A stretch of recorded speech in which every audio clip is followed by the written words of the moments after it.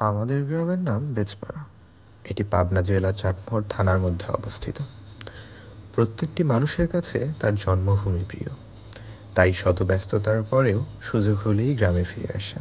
আমাদের এই গ্রামটি বিভক্ত হয়েছে একটি রেল লাইনের মধ্যে দিয়ে দুটি ভাগে বিভক্ত। আমাদের গ্রামটি শস্য শ্যামলা দিয়ে ঘেরা। একটা সময় ছিল যখন যাতায়াতের জন্য পাকা রাস্তা ছিল না, বৃষ্টি হলেই পোহাতে হতো নানা রকমের দুর্ভোগ। অবকাঠামোগত উন্নয়নের কারণে সেসব দিন থেকে আমরা মুক্তি পেয়েছি। আমাদের এই গ্রামের মানুষের পেশা দুটি: কৃষি ও ক্ষুদ্র ব্যবসা। আমাদের গ্রামের শিক্ষা ব্যবস্থাটা ততটা উন্নত হয়নি। এই গ্রামে রয়েছে একটি প্রাথমিক বিদ্যালয় ও একটি হাফিজিয়া মাদ্রাসা,